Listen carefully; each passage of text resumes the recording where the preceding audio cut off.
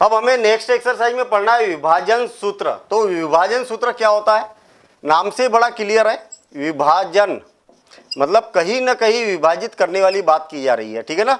और उसका सूत्र, विभाजित करने के लिए जो सूत्र बनेगा, जिसको इंग्लिश में बोला जाता है सेक्शन फार्मूला, सेक्शन फार्मूला, ठीक है।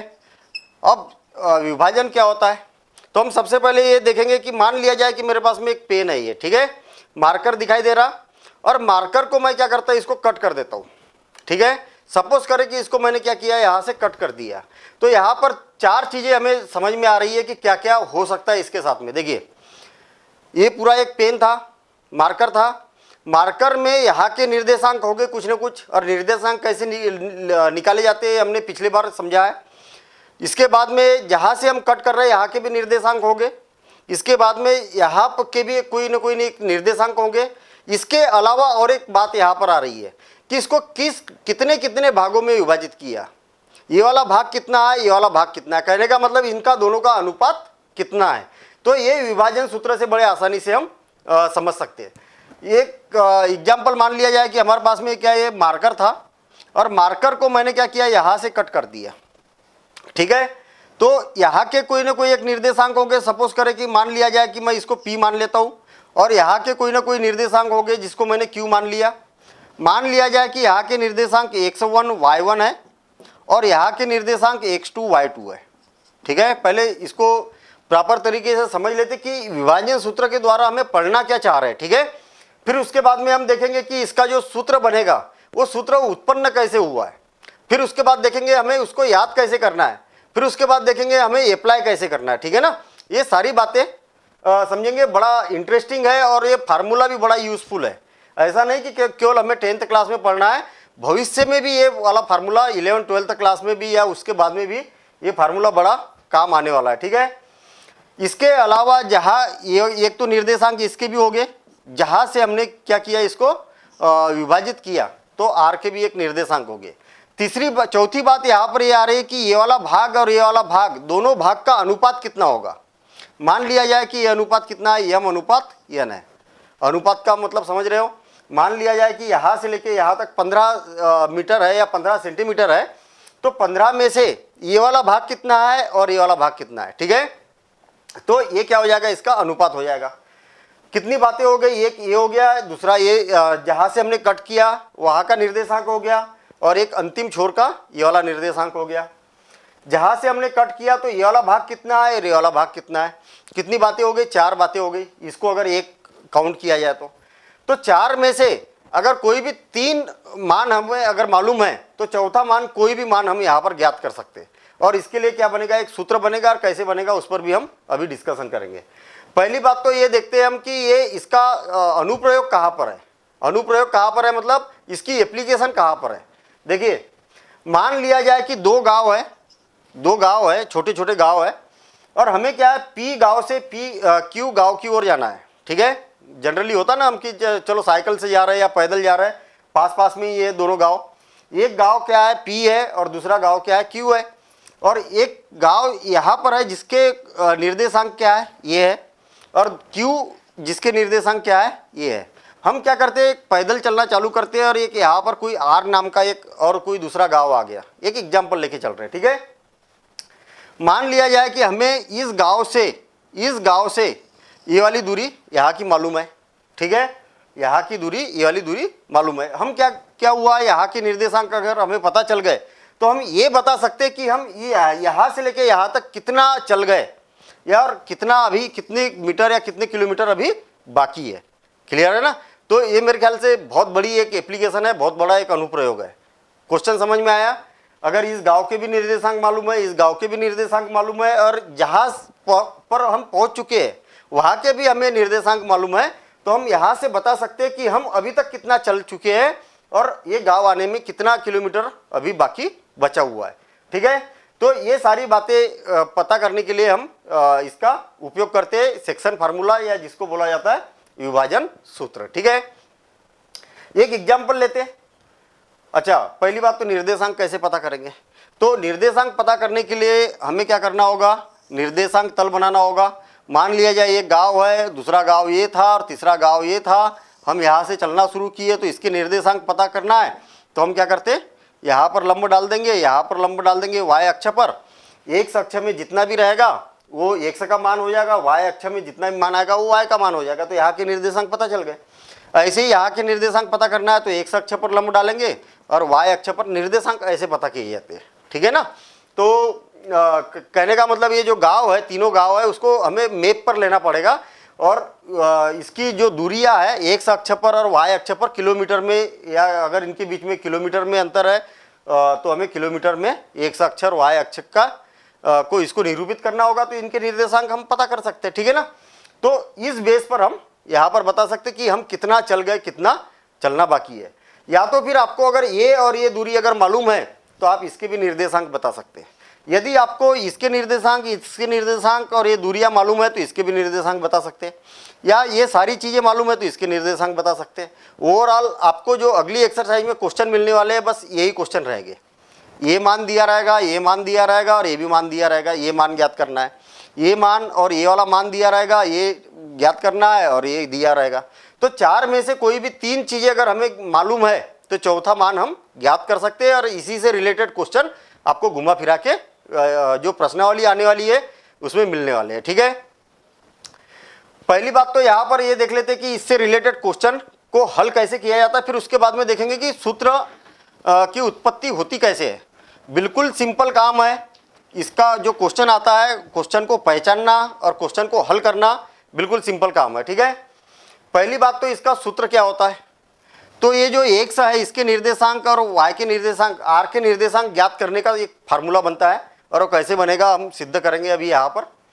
x इज इक्वल टू, और इसको याद रखना भी बड़ा सिंपल है। देखना, हमने मान लिया कि जो यहाँ के निर्देशांक है p1 x1 y1 है, q के निर्देशांक x2 y2 है, जिसके निर्देशांक हमें ज्ञात करना है उसके निर्देशांक हमने मान लिया x और y है।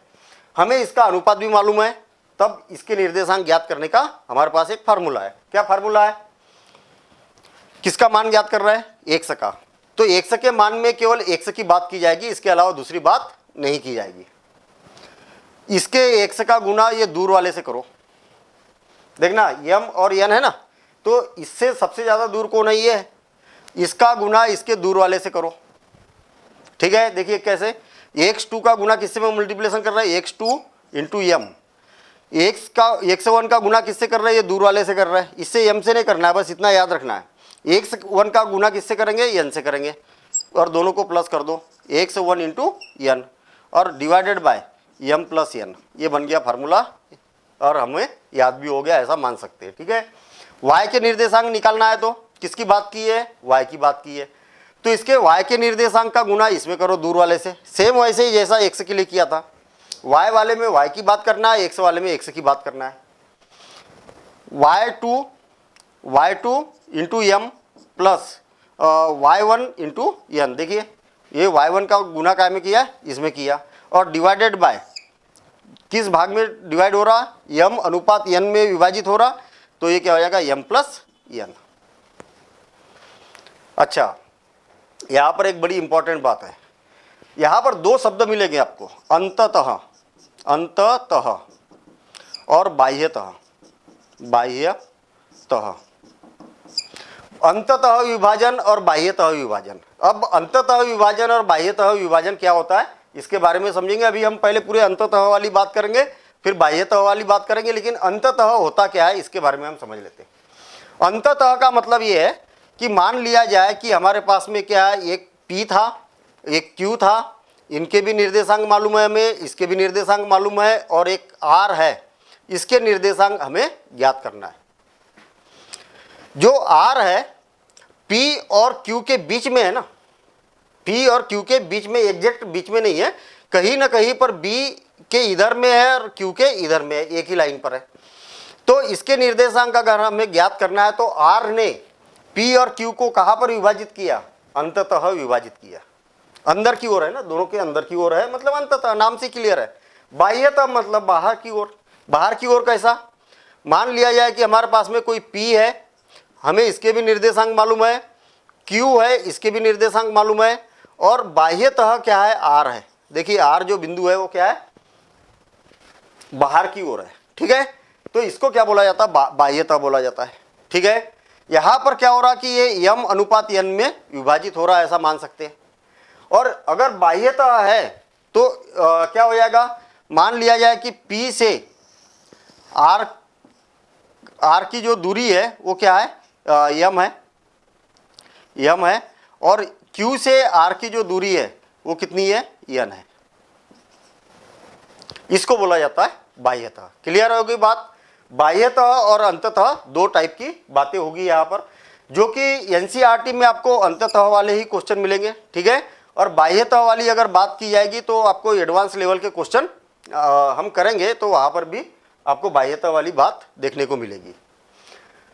दोनों में क्या डिफरेंस है, तो दोनों में डिफरेंस ये है कि भाई P बिंदु से R की जो का जो अनुपात है वो कितना यम है, और Q से R का अनुपात कितना है, यन है। कहने का मतलब यम अनुपात यन इसको भी बोला जाता है, यम अनुपात यन इसको भी बोला जाता है। दोनों के लिए सूत्र की हम बात करेंगे। ठीक है, अच्छा, इससे रिलेटेड क्वेश्चन कैसा आएगा, तो ये क्वेश्चन भी हम बना के देख लेते हैं, फिर उसके बाद में सूत्रों की उत्पत्ति करेंगे। सूत्र की उत्पत्ति थोड़ा सा इसमें क्या, बहुत सारे इधर उधर के रूल नियम आते हैं जो कि हमने दूसरे भी चैप्टर पढ़े, उससे रिलेटेड भी होते हैं। तो सूत्र की उत्पत्ति में थोड़ा सा टाइम लगेगा, लेकिन देखना जरूर है, उसको समझना जरूर है, क्योंकि सूत्र की उत्पत्ति जब तक हमें नहीं करते आएगी तब तक चैप्टर में मजा नहीं आएगा। ठीक है ना। मान लिया जाए कि हमारे पास में एक सिचुएशन है कि हमारे पास में कोई बिंदु P है जिसके निर्देशांक 4, -3 है। ठीक है, और Q बिंदु है जिसके निर्देशांक क्या है, 8, 5 है। और जो R बिंदु है इसको अंततः 3:1 में विभाजित करता है। किस अनुपात में विभाजित करता है, 3:1 में विभाजित करता है।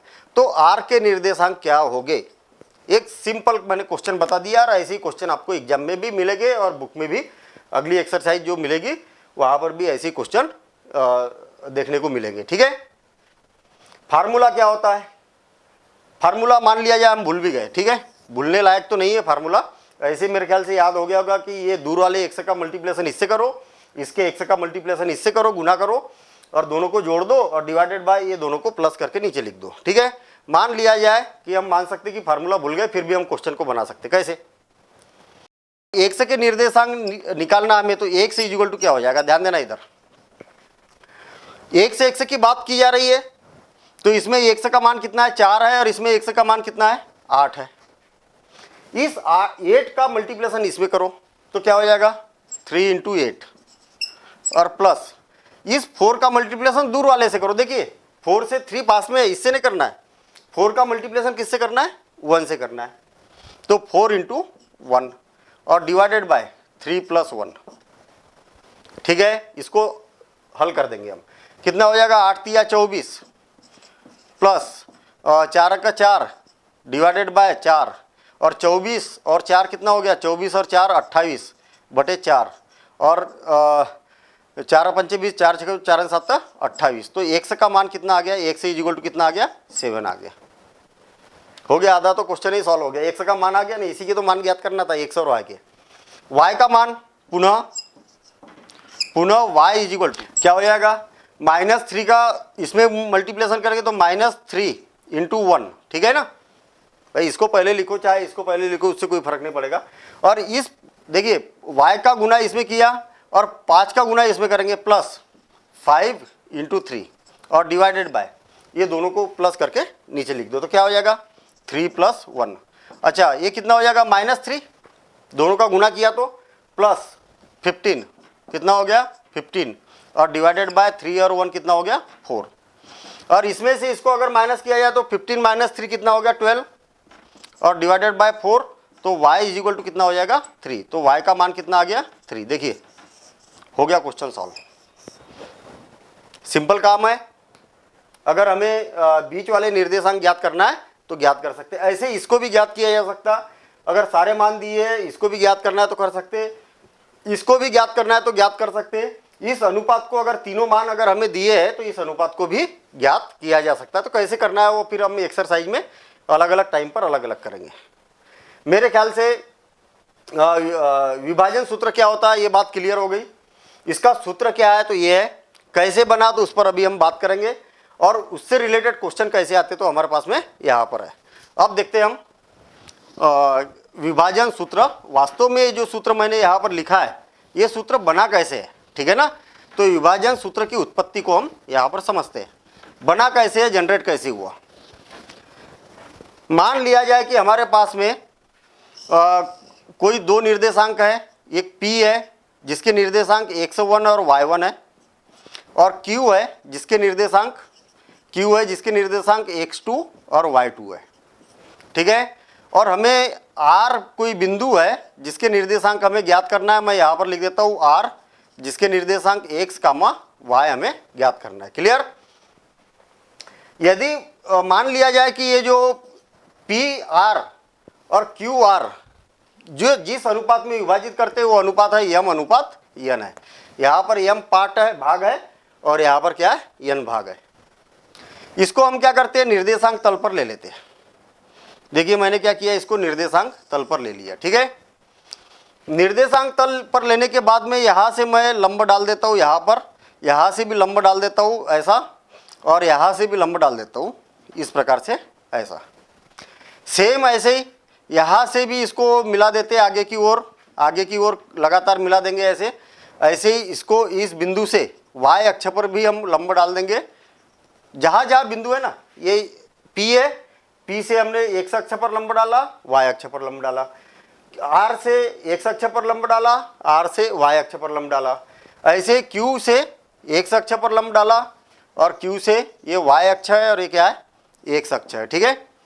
यहाँ से हम क्या करते हैं, इस पर भी लंब डाल देते हैं ऐसा। आप देखेंगे कि यहाँ एक त्रिभुज बनती हुई नजर आ रहा, देखिए यहाँ पर एक त्रिभुज बनती हुई नजर आ रहा, और एक त्रिभुज यहाँ पर भी बनती हुई नजर आ रहा, ये ऐसा, ठीक है। मान लिया जाए कि ये इसकी वैल्यू क्या है, m है, कैपिटल M है, और इसकी वैल्यू क्या है, n है, ठीक। यदि हम इसमें देखते हैं तो यहाँ पर क्या समझ में आ रहा हमें, यहाँ से लेके ये क्या मूल बिंदु है, ध्यान देना इधर, ये x डैश हो गया और ये क्या हो गया, y डैश। बिल्कुल सिंपल काम है, थोड़ा सा प्रॉपर तरीके से उसको समझते हुए जाएंगे, पूरी बात समझ में आएगी, ठीक है। सिलेंडर नहीं करना है, अरे यार ये तो छोड़ो अब, है ना। तो फिर अगर सिलेंडर कर दिया तो फिर समझ में नहीं आना है। भाई इच्छा होना चाहिए हमारी कि हाँ नहीं मुझे तो ये समझना ही है। वास्तव में विभाजन सूत्र है, इसकी हमारे दैनिक जीवन में भी बहुत सारे उपयोग है। तो विभाजन सूत्र को वास्तव में बना कैसे, वास्तव में अगर देखा जाए तो मैंने जो एग्जाम्पल यहाँ पर लिया था, दो गांवों वाला और उसके बीच का जो निर्देशांक की बात कर रहे हैं। अगर आपके पास में कोई नक्शा है, मान लिया जाए कि भारत का ही नक्शा है, ठीक है। आप उस नक्शे में अगर मान लिया जाए आपको दो शहर दिखाई दे रहे हैं या दो कोई भी गांव दिखाई दे रहे हैं या जैसा भी नक्शा है, वहाँ उस पर आप निर्देशांक तल अगर बनाते हैं, ठीक है, निर्देशांक तल बना दिया, और इसके अगर निर्देशांक बनाते हैं, दोनों शहर के निर्देशांक बनाते हैं, और उसके बीच का भी अगर कोई शहर अगर आपको मालूम है उसके भी अगर निर्देशांक बना सकते हैं, तो दोनों शहरों के बीच की दूरी आप खुद निकाल सकते हैं। तो मतलब आप सोच सकते हैं कि इसकी अनुप्रयोग कितने ज़्यादा है, ठीक है ना। और मेरे ख्याल से ये चैप्टर अपनी जो अगली एक्सरसाइज आने वाली है, ये समझते समझते ये बातें क्लियर हो जाएगी कि वास्तव में हम कैसे इसको निकाला जा सकता है। अभी यहाँ पर देखना, यहाँ के निर्देशांक x1 y1 है। इसका मतलब क्या हो गया कि यहाँ से लेके यहाँ तक का, यहाँ से लेके यहाँ तक की दूरी कितनी है, x1 है क्या x1। भाई इसकी मीनिंग ही तो ये होती है ना, ये x1 रहा होगा तब तो ये x1 है ये। तो यहाँ से लेके यहाँ तक की दूरी कितनी है, x1 है। और यहाँ से लेके यहाँ तक की दूरी कितनी है, ये वाली दूरी कितनी है, क्योंकि इसके निर्देशांक x है तो इसकी दूरी कितनी है, x है। तो इतनी दूरी कितनी होगी भाई, यहाँ से लेके यहाँ तक की दूरी x है और यहाँ तक की दूरी x1 है। तो इतनी दूरी में से इतनी दूरी को माइनस करेंगे तो इतना बचेगा ना हमारे पास। भाई पूरी दूरी में से इतनी दूरी को माइनस करेंगे तो इतनी दूरी बचेगी। तो क्या हो जाएगा, पूरी दूरी मतलब क्या है, x माइनस, और इतने को माइनस करेंगे तो क्या हो जाएगा, x1। कहने का मतलब इतनी दूरी क्या हो गई, इतनी दूरी जो हमने निकाली x माइनस x1 निकाल दी। और ये वाली दूरी और ये वाली दूरी तो बराबर ही है ना। तो ये जो दूरी हमें मिली है ये क्या है, x माइनस x1 है। अच्छा, यहाँ के निर्देशांक x2 है तो ये क्या हो जाएगा, x2। यहां से लेके यहां तक की दूरी कितनी है, x2 है, और यहां तक की दूरी कितनी है, x1 है। तो हमें ये वाली दूरी अगर चाहिए तो ये वाली दूरी कितनी होगी, कितनी होगी बताइए, देखना फिर से, ये पूरी दूरी कितनी है, x2 है, यहाँ तक की दूरी कितनी है, x है। क्यों पता चला, ये यहाँ से पता चला हमें ना, यहाँ तक की दूरी कितनी है, x है। तो ये वाली दूरी अगर हमें निकालना है इसी प्रकार से तो क्या हो जाएगा, x2 माइनस x हो जाएगा। सही बोल रहा हूँ कि गलत बोल रहा हूँ, ठीक है। देखना, यहाँ से मैंने लंब डाला, इसका मतलब यहाँ x है तो यहाँ पर भी क्या होगा, x होगा, यानी कि यहाँ से लेके यहाँ तक की दूरी कितनी है, x है। यहाँ क्या है, यहाँ के निर्देशांक x1 है, इसका मतलब यहाँ से लेके मूल बिंदु से लेके यहाँ तक की दूरी क्या है, x1 है। हमें ये दूरी ज्ञात करना है तो x माइनस x1 हो गई। ऐसे ही हमने x2 माइनस x ज्ञात कर लिया, ठीक है। तो जब ये वाली दूरी x2 माइनस x है तो ये भी दूरी क्या हो जाएगी, x2 माइनस x हो जाएगी। ऐसे ही देखिए y में ये वाली दूरी कितनी है, ये यहाँ पर लिख भी देता हूँ मैं, ये क्या हो गया, y1 हो गया, और यहाँ की दूरी क्या है, y है, और यहाँ की दूरी कितनी है, y2 है। भाई यहाँ y2 है, इसका मतलब x y अक्ष में यहाँ पर y2 है, यहाँ y है यहाँ, ऐसे ही यहाँ पर कितना है, x1 है, और यहाँ पर कितना है, x है, और यहाँ पर कितना है, x2 है। अभी यहाँ पर देखिए, यहाँ से लेके यहाँ तक की दूरी क्या है, y1 है, यहाँ से लेके यहाँ तक की दूरी y है, यहाँ से लेके यहाँ तक की दूरी y2 है। अगर हमें इतनी दूरी ज्ञात करना है तो हम क्या करेंगे, इतने दूरी में से इतनी दूरी माइनस कर देंगे, तो ये क्या हो जाएगा, y minus y1, y minus y1, इतनी दूरी। अगर हमें ये वाली दूरी ज्ञात करना है तो ये पूरी दूरी में से इसको माइनस कर देंगे, तो क्या हो जाएगा, y2 माइनस y हो जाएगा। जब इतनी दूरी y2 माइनस y1 है तो ये भी क्या हो जाएगा, y2 माइनस y होगा, y2 माइनस y होगा। अच्छा, जब इतनी दूरी y माइनस y1 है तो ये भी क्या हो जाएगा, y माइनस y1 होगा, ठीक है। ये तो सारे मान हमने ज्ञात कर लिए। अब यहाँ पर जो सिचुएशन दिखाई दे रही है वो सिचुएशन कैसी है, ये देखिए आप। एक तो त्रिभुज ये है और दूसरा त्रिभुज है ये वाला, ठीक। आप अगर देखेंगे कि ये वाली भुजा और ये वाली भुजा क्या है, समांतर है क्या, समांतर। भाई ये वाली भुजा और ये वाली लाइन और ये वाली लाइन क्या है, समांतर है। देखिए एक लाइन ये है और एक लाइन ये है, और एक ये वाली जो तिर्यक लाइन है, ये वाली तिरछी रेखा, ये तिरछी रेखा इसको क्या कर रही है, काट रही है। जब काट रही है तो ये वाला कोण और ये वाला कोण क्या होगा, संगत कोण क्या होते हैं, बराबर होते हैं। इसका मतलब ये वाला कोण और ये वाला कोण क्या हो गया, बराबर हो गए। ये बात हमें इधर लिखना होगा, ठीक है। क्या लिखना होगा, कोण RPN बराबर से कोण QRM। जिस भी कोण की बात कर रहे हैं उसको बीच में लेना है, कोण ऐसा, कोण इस कोण को दिखाना चाह रहे हैं ना हम, तो QRM और इज इक्वल टू ये वाला कोण दिखाना है तो RPN। ये दोनों कोण क्या हो गए, कोण RPN, ये दोनों कोण क्या हो गए, बराबर हो गए। क्यों बराबर हो गए, क्योंकि संगत कोण है, ये दोनों भुजाएं समांतर है तो ये वाले कोण क्या हो गए, संगत कोण हो गए, ठीक है। ये वाली तिर्यक रेखा काटती है तो ये संगत कोण बराबर। अगर यहाँ पर देखेंगे तो ये क्या है, लंब है, और ये भी क्या है, लंब है, ठीक है। देखिए ये x अक्ष के समांतर लाइन है और ये y अक्ष के समांतर है, इसका मतलब 90 अंश का कोण है, ये भी 90 अंश का कोण है। तो ये भी बात हम लिख सकते हैं कि ये कोण और ये कोण क्या है, 90 अंश के कोण है। क्लियर। अब हम तो देखना चाह रहे हैं कि सूत्र बना कैसे, ठीक है। क्या क्या काम किया यहाँ पर हम लिख सकते हैं, जो जो काम किया हमने ये काम किया कि P जिसके निर्देशांक x1 y1 है, Q जिसके निर्देशांक x2 y2 है, R जिसके निर्देशांक हमें ज्ञात करना है x y है, तीनों क्या है, एक ही सरल रेखा में है। अब हम यहाँ पर ये देख लेते कि बिंदु P से R से व Q से x अक्ष पर और y अक्ष पर हमने लंब डाले, लंब ही तो डाले हैं, लंब है ना, लंबवत लंब डाले हैं। और डालने के बाद में हम देखते हैं कि PNR तथा RMQ दो त्रिभुज हमें यहाँ पर दिखाई दे रहे हैं। दोनों त्रिभुज में अगर हम देखते हैं तो ये वाला कोण और ये वाला कोण क्या है, बराबर है।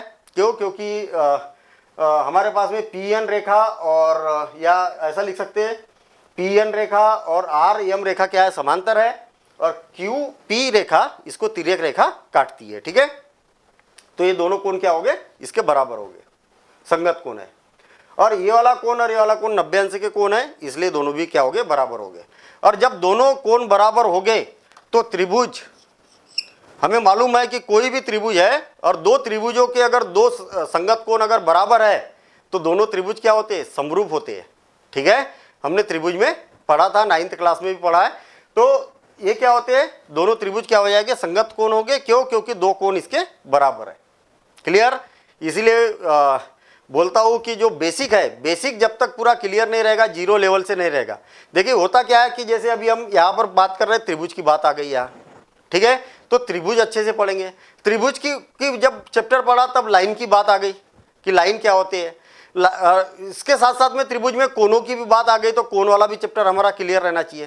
तो इसका सीक्वेंस है, आप प्रॉपर तरीके से एक तरफ से पढ़ते जाएंगे, पहले चैप्टर से आगे की ओर बढ़ते जाएंगे तो सारी बातें समझ में आएगी। ठीक है ना, सिंपल सी बात है कि कोई भी दो त्रिभुज में दो कोण क्या है, बराबर है, तो क्या हो गए, समरूप हो गए। मैं यहाँ पर लिख भी देता हूँ, PNR त्रिभुज PNR समरूप होगा त्रिभुज RMQ। और क्यों, क्योंकि ये समरूपता। और जब दोनों त्रिभुज क्या है, समरूप है, तो दोनों समरूप त्रिभुजों में क्या होती है, संगत भुजाएं आनुपातिक होती है। ठीक है, तो याद रहे कि इस त्रिभुज की का ये जो कर्ण है ना, इस त्रिभुज का एक कर्ण, इसके अपान में इस त्रिभुज का कर्ण, कहने का मतलब ये हो गया कि PR डिवाइडेड बाय RQ। ठीक है, PR डिवाइडेड बाय RQ। ये बात समझ में आई क्या? अभी पहले लिख देता हूँ, फिर और एक बार समझेंगे इसको। ये आधार है, तो आधार के अपान में क्या हो जाएगा, आधार। संगत भुजा इसी को बोला जाता है। ये वाला कोण और ये वाला कोण बराबर है, इसका मतलब इसका जो कर्ण है और इसका जो कर्ण है ये क्या होगा, बराबर होगा। या तो बोल सकते कि 90 अंश के सामने वाली भुजा के अपान में 90 अंश के सामने वाली भुजा। ठीक है, ऐसे इसके ये आधार के ये दोनों कोणों के बीच की भुजा डिवाइडेड बाई इस दोनों के कोणों के बीच की भुजा, तो ये क्या हो जाएगा, PN डिवाइडेड बाय क्या हो जाएगा, RM इज इक्वल टू, देखिए इसका जो लंब है और इसका लंब है, यानी कि इस कोण के सामने की भुजा, इस कोण के सामने की भुजा, क्या हो जाएगा, RN डिवाइडेड बाय क्या हो जाएगा, QM। और इनके सबके मान हम पहले से निकाल के रख दिए, सारे मान रख देते हैं। ध्यान देना इधर, PR P से लेके R तक का की जो दूरी है वो कितनी है, M है, डिवाइडेड बाय RQ। R से लेके Q तक की दूरी कितनी है, R से लेके Q तक की दूरी N है, तो N रख देता हूं मैं यहाँ पर। इज इक्वल टू क्या हो जाएगा, PN मतलब इसकी वैल्यू के, इसका मान कितना है, x minus x1 divided by RM का मान कितना है, x2 माइनस x, कितना है, x2 minus x is equal to RN का मान कितना है, y minus y1 divided bye इसका मान कितना है, y2 माइनस y। अब इसको हम दे देंगे समीकरण 1। क्लियर, हम क्या करते हैं, हमारे पास में 3 भाग है, एक बार ये प्रथम और द्वितीय भाग ले लेते हैं और एक बार प्रथम और तृतीय भाग ले लेते हैं। ठीक है, प्रथम व द्वितीय भाग लेने पर, द्वितीय भाग लेने पर ध्यान देना, इधर पहला और दूसरा भाग ले रहे हैं हम, तो m divided by n is equal to x minus x1 divided by x2 minus x। इनके क्या करते, तिरे गुना कर देते, इसका गुना ऊपर हो जाएगा, इसका गुना इधर हो जाएगा, तो m x2 माइनस x और इज इक्वल टू इसका गुना इसमें करेंगे तो x माइनस x1 और इंटू n। अभी गुना नहीं किया, जस्ट हमने साथ में लिखा है। तिरे गुना होगा, इसका गुना इसके साथ और नीचे वाले का इसके साथ, क्या हो जाएगा, m x2, इसका गुना इसमें भी करेंगे, इसका गुना इसमें भी करेंगे, minus m x is equal to इसका गुना इसमें करेंगे तो x n minus x1 n। हम क्या करते, एक से 100 को साथ में कर देते और बाकी को अलग कर देते, क्या हो जाएगा, ये इसका पक्षांतर मैं इधर कर रहा हूँ और इसका पक्षांतर इधर कर रहा हूँ। ध्यान देना, इधर m x2 x1 n equal के इधर जाएगा तो क्या हो जाएगा, इधर माइनस है तो इधर जाके क्या हो जाएगा, प्लस हो जाएगा, तो x1 n is equal to ये इधर माइनस में है, इस साइड जाएगा तो क्या हो जाएगा, प्लस हो जाएगा। तो x n plus m x, दोनों में से क्या कॉमन निकल रहा है, एक्स कॉमन निकल रहा है। देखिए भाई एक्स इसमें भी है और इसमें भी है, तो उभयनिष्ठ क्या निकल जाएगा, एक्स का उभयनिष्ठ निकल जाएगा। तो यहाँ पर क्या बचेगा, एन प्लस एम और गुणित एक्स, दोनों में से एक्स को बाहर निकाल दिया। और ये क्या हो जाएगा, m x two plus x one, या तो बोल सकते हैं हम n x one, n x one. ये क्या हो गया, एम है ना, दोनों में से एक्स कॉमन निकाला। इसका अगर तिर्यक गुना किया जाए तो क्या हो जाएगा, एक्स इक्वल टू, ध्यान देना इधर, M x two plus N x one और divided by M plus N. देखिए इसका क्या किया मैंने, तिर्यक गुना कर दिया और ये बन जाएगा इसका सूत्र, एक्स का सूत्र बन गया। क्लियर। और एक बार शॉर्ट में समझ लेते हैं हम, इसका तिर्यक गुना इधर किया तो ये हो गया, इसका तिर्यक गुना इधर किया ये आ गया, इसका अंदर गुना किया तो m x two m x one x, और इसका भी अंदर गुना किया तो एम एक्स एन और इसका एक्स वन एन। हमने क्या किया, इसको इस साइड ले गया और इसको इस साइड लाया। देखिए इधर माइनस है तो इस साइड जाएगा तो क्या हो जाएगा, एम एक्स प्लस में हो जाएगा, इधर माइनस में है तो इधर आके प्लस में हो जाएगा। दोनों में से कौन उभयनिष्ठ निकल रहा, एक्स उभयनिष्ठ निकल रहा है, एक्स उभयनिष्ठ निकाल दिया और इसका तिर्यक गुना कर दिया तो इतना आ गया। अब दूसरा हम क्या करते, इसमें से पहला भाग और तृतीय भाग लेने पर, प्रथम व तृतीय भाग लेने पर क्या हो जाएगा, m डिवाइडेड बाई n और is equal to y minus y one divided by y2 minus y. ठीक है, सेम यही काम करना है हमें, इसका तिर्यक गुना इधर करेंगे, इसका तिर्यक गुना इधर करेंगे तो क्या हो जाएगा, m y2 minus y is equal to n y minus y one. ये हो गया। इसका अंदर गुना करेंगे तो ये हो जाएगा m y2 minus m y is equal to, इसका गुना अंदर करेंगे तो n y minus n y1। ध्यान देना इधर, इसको मैं क्या कर देता हूँ, इधर ले आता हूँ तो ये क्या हो जाएगा, m y2 plus n y1 is equal to, इसको हम उधर ले जाएंगे तो ये क्या हो जाएगा, m y और इधर पहले से ही n y है, n y पहले से है। दोनों में से कॉमन क्या निकल रहा है, उभयनिष्ठ क्या कॉमन हो रहा है, उसमें से y निकल रहा तो m प्लस n और ये क्या हो जाएगा y, और इधर क्या बचा, m y2 plus n y1। देखना m प्लस y और y, sorry m plus n और y दोनों काय में है, गुने में है। इसका मैं तिर्यक गुना कर देता हूँ तो y इज इक्वल टू क्या हो जाएगा, m y2 plus n y1 divided bye ये क्या हो जाएगा, m प्लस n, और ये बन जाएगा हमारा दूसरा फार्मूला। तो मेरे ख्याल से फार्मूले कैसे बने ये बात यहां से हमें पता चलती है। ठीक है ना, ये फार्मूलों को कैसे याद रखना है, तो फार्मूलों को याद रखने का बिल्कुल सिंपल तरीका है। देखिए x2 का गुना करेंगे n में, दूर वाले से, देखिए x2 का गुना काय में कर रहा है, m में कर रहा है। x1 का गुना n में करेंगे, देखिए x1 का गुना n में किया, और m प्लस n दोनों को नीचे प्लस करके लिख देंगे। क्लियर। अच्छा, y वाला फार्मूला कैसे बनेगा, ये y का मल्टीप्लिकेशन दूर वाले से करेंगे, मतलब m इंटू वाई टू, ये देखिए m इंटू वाई टू, ये y का गुना इसमें करेंगे तो y1 इंटू n और डिवाइडेड बाय दोनों को प्लस करके लिख देंगे। तो फार्मूला याद रखना बिल्कुल सिंपल काम है। क्लियर ना। अब ये तो हो गई अंततः विभाजन वाली बात। ठीक है, अब यदि मान लिया जाए कि इसी को अगर हम इसी एग्जाम्पल से हम समझते हैं, यहाँ पर मान लिया जाए कि हमारे पास में कोई दो बिंदु है, ये P x1 y1 और ये वाला बिंदु कौन सा है, x2 y2, और ये वाला बिंदु कौन सा है, Q है। क्लियर। और दोनों के मध्य में कोई बिंदु है R, तो R के हमें निर्देशांक ज्ञात करना है। क्या बोला मैंने, मध्य में बिंदु है कौन, मध्य में बीच में कौन है, R, जिसके निर्देशांक हमें ज्ञात करना है।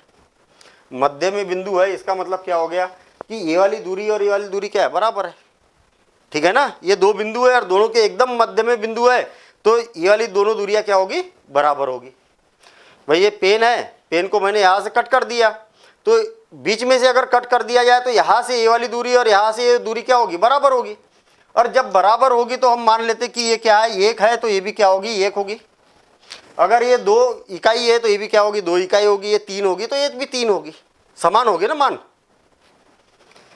जब हमें 2 निर्देशांक दिए हुए हैं और उसका मध्य बिंदु ज्ञात करना है, तो मध्य बिंदु कैसे ज्ञात किया जा सकता है, देखना।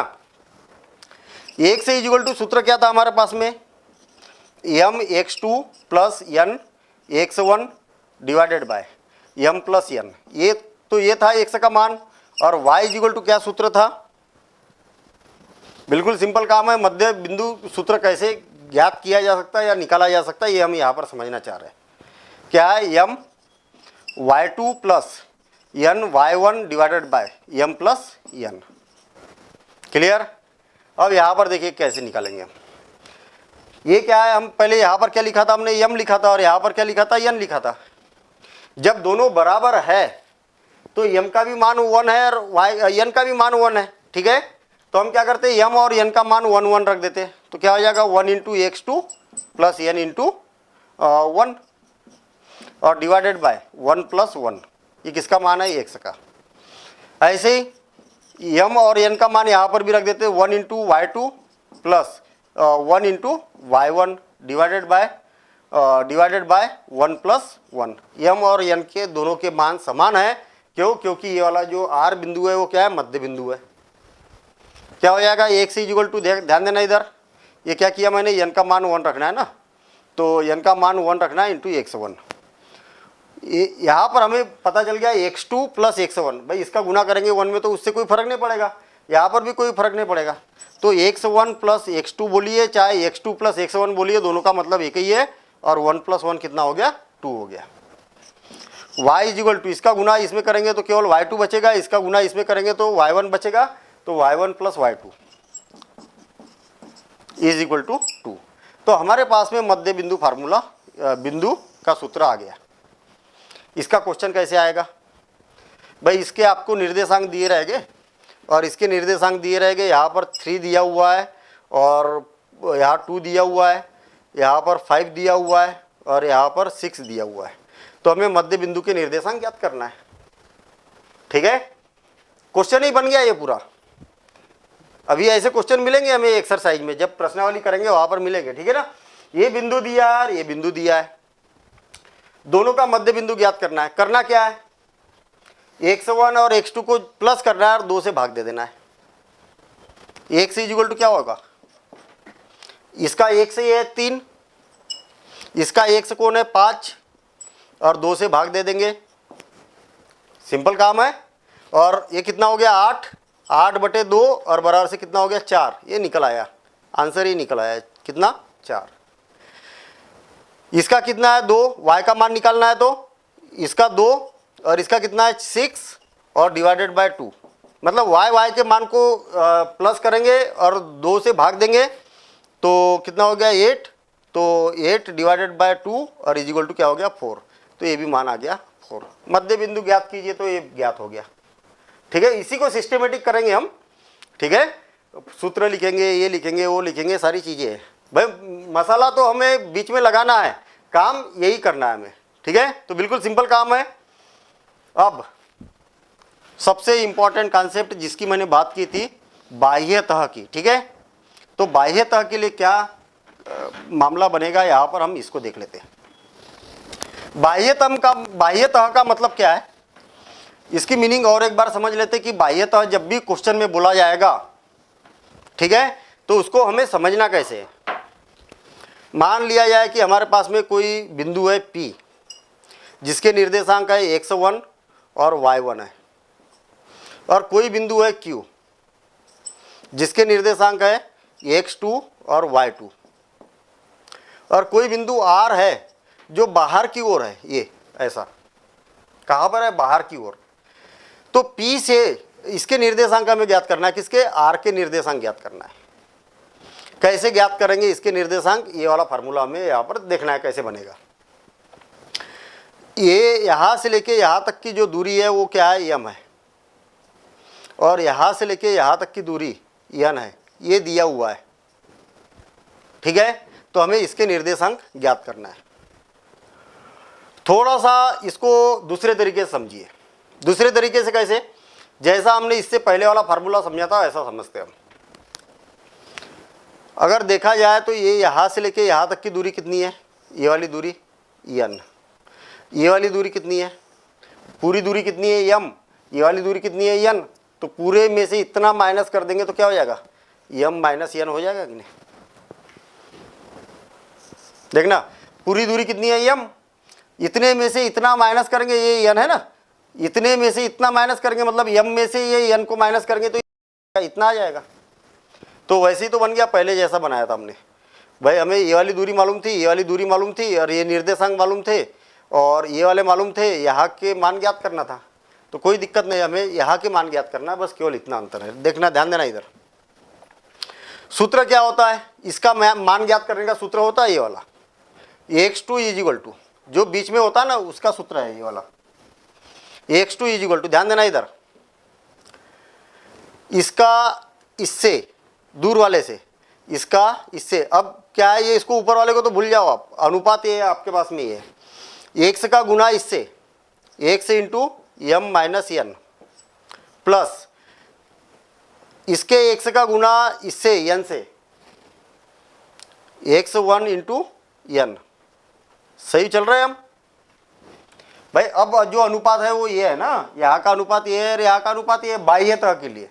अंततः के लिए तो पहले ये और ये यम और यन दिया ही था। ठीक है, तो इसका गुना इससे और इसका गुना इससे, ये लिख दिया मैंने, और डिवाइडेड बाय ये प्लस ये क्या है, यम माइनस यन प्लस यन, ये हो गया।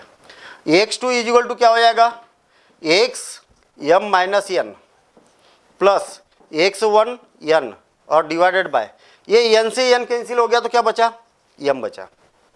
ठीक, इसका मैं तिर्यक गुना कर देता हूँ इधर, तो क्या हो जाएगा, यम x2 = यम माइनस यन x, ये वाला लिख दिया मैंने, और प्लस x1 यन। इसको मैं क्या कर देता हूँ, इस साइड ले जाता हूँ, तो क्या हो जाएगा, यम x2 माइनस यन x1 और = देखिए इसको मैं इधर प्लस में है, इधर ले जाऊंगा तो क्या में हो जाएगा, माइनस में हो जाएगा, यम माइनस यन और इंटू एक्स, और इसके x के गुणांक का तिर्यक गुना कर देता हूँ, क्या हो जाएगा, यम x2 माइनस यन x1 और divided by M minus N और = क्या हो गया, x हो गया। ये बाह्यता के लिए फार्मूला बन गया। सेम ऐसे ही अगर y के लिए करेंगे तो y का भी फार्मूला बन जाएगा। क्या बनेगा, M y2 minus N y1 divided by M minus N, और एक किसका फार्मूला बनेगा, y का।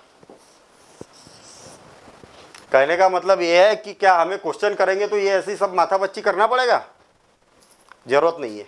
ठीक है, इसका क्वेश्चन कैसे मिलेगा ये देखते हैं हम। डायरेक्ट हमें फार्मूला अप्लाई करना है। अब फार्मूले को कैसे याद रखे ये प्रॉब्लम है। बहुत सारे फार्मूले हो गए, एक तो ये वाला हो गया,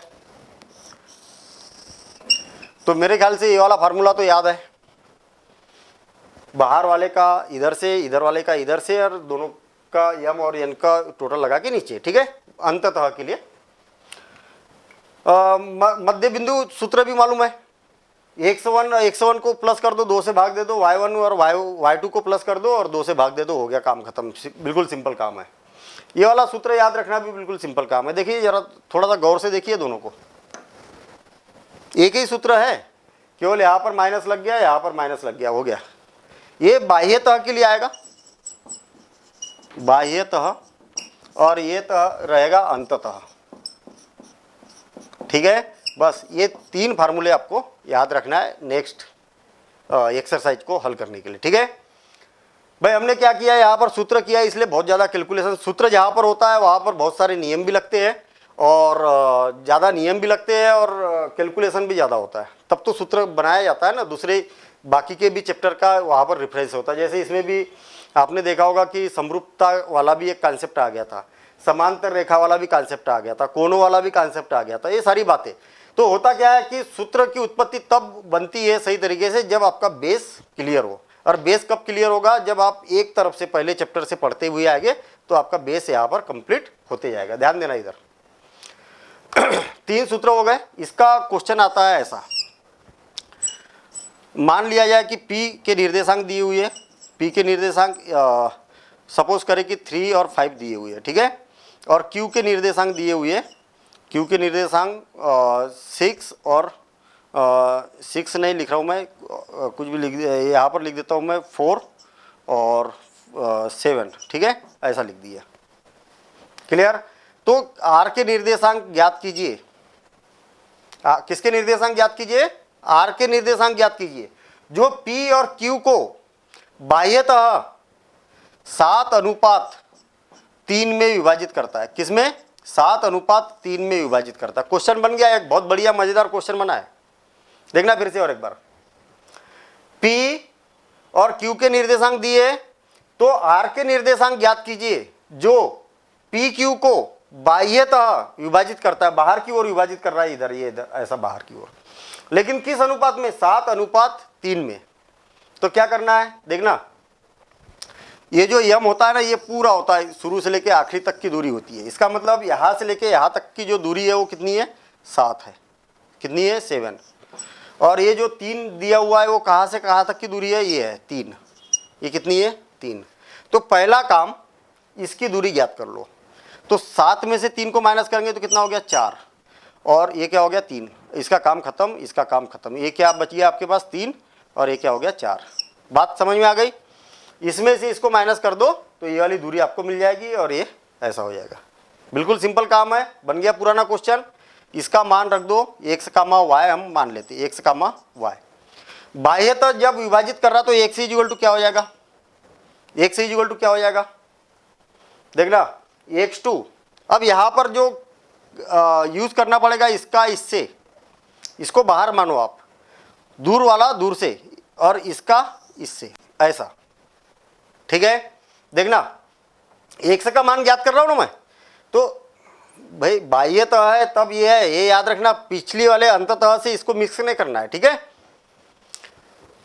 इसका इससे, इसका इससे, यही तो फार्मूला है। यम x2, यम का x2 से, और इज इक्वल टू क्या हो जाएगा? इसका इससे, तो x का x से, x का मान ज्ञात कर रहे हैं ना।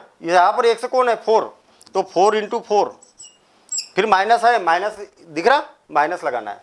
फिर इसका ये x का इससे, तो 3 × 3 डिवाइडेड बाय ये माइनस ये, क्या? m minus n। तो m की वैल्यू क्या है? 4 - 3। और ऐसे ही y का मान ज्ञात करेंगे तो क्या हो जाएगा?